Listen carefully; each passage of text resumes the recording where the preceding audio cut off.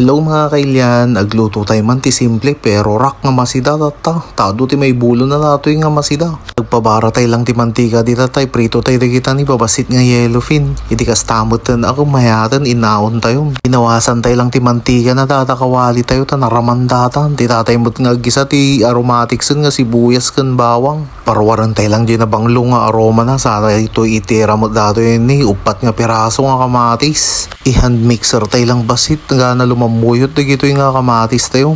Hindi nalusak mo na kita kamatis na nakatimplahan tayo mo ti pamintanan sa tayo ikan ti basit nga patis kan ikan tayo mo ti magic sarap-sarap nan.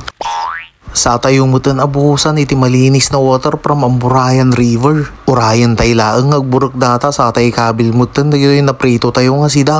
Kamada tayo lang basit mo tan na gito'y prinito tayo sa tayo baliktado nun na itap no maluto mo di bangir na sumagupsap dagi pampalasang yung kabil tayo. Hindi mayat ti burok-burok ng butan na kabil tayo butan na gito'y duwa piraso nga itlog nga binatil kong. Iwaras tayo lang dita ni itap no mula nga dala amin itlog na. Mano lang nga segundo mo't ako mayatan dato'y masida tayo tata. Mayat tegluto ti sarsyado tata takalaka na pay lang ti kamatis. Look at that, oh my goodness gracious. May kayon mga kailyan na panalta akit tayo. Sigurado nga quality man ang tisaan nan. Bye bye.